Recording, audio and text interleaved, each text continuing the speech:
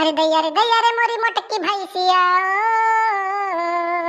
दैया रे मोरी मोटकी भैंसिया लई गए चोर उठाए रात मेरी ढिंचिक लड़ गई रात मेरी ढिंचिक लड़ गई।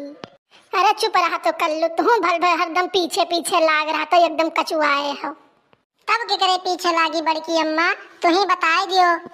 तब जाओ दखना चाची पीछे लाग रहा हमारे पीछे काहे हरदम पड़े रहा था।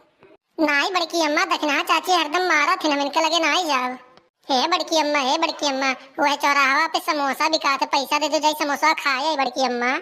देखो कल्लू हमारे लगे पैसा कौड़ी है ना हमें परेशान ना करो ठीक है जहाँ जाओ मन कहे तहाँ जाओ।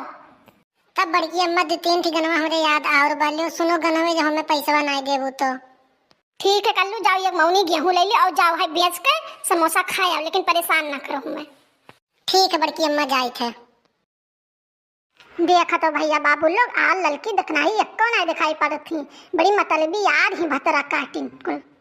अरे ये बड़की जिज्जी हे बड़की जिज्जी अरे दादा